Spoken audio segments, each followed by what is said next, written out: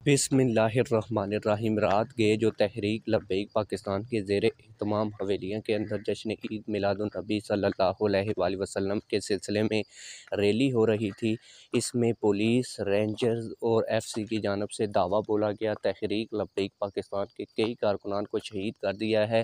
अब तक तहरीक लब्बैक पाकिस्तान के कितने कारकुनान शहीद हो चुके हैं, हाफिज़ साद रिजवी साहब इस वक्त किस हालत में हैं और उन्होंने क्या कहा, आप लोगों को सारी चीज़ें डिटेल के साथ आज की इस वीडियो में दिखाने जा रहा हूं। लेकिन वीडियो शुरू करने से पहले आप लोगों से एक छोटी सी रिक्वेस्ट है, अगर आपने अभी तक हमारे चैनल को सब्सक्राइब नहीं किया तो जल्दी से चैनल को सब्सक्राइब कर लें ताकि आने वाली नई वीडियोस आप लोगों को बार वक्त मिलती रहें। आप लोगों को बताता चलूँ कि रात के तहरीक लब्बैक पाकिस्तान की रैली के ऊपर उस वक्त जवाब बोला गया जब तहरीक लब्बैक पाकिस्तान के कारकुनान एक पुरअमन जश्न ईद मिलादुन्नबी सल्लल्लाहु अलैहि वसल्लम की रैली निकाल रहे थे।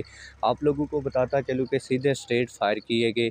इसके नतीजे में तहरीक लब्बैक पाकिस्तान के 3 कारकुनान अब तक की जो रिपोर्ट हैं इनमें शहीद हो चुके हैं। आप लोगों को बताता चलूँ कि रात के 10 बजे के करीब इंटरनेट सर्विस को बंद कर दिया गया, इसीलिए वहाँ से कोई फुटेजेस और वीडियोज़ वगैरह लोगों के पास नहीं पहुँच सकी। और दूसरी जानब मीडिया की बिल्कुल हरदर्मी के तहरीक लब्बैक पाकिस्तान के ऊपर होने वाले जुल्म को बिल्कुल भी मीडिया ने ब्लैकआउट किया और मीडिया ने कोई भी चीज़ अपने चैनल्स के ऊपर नहीं चलाई।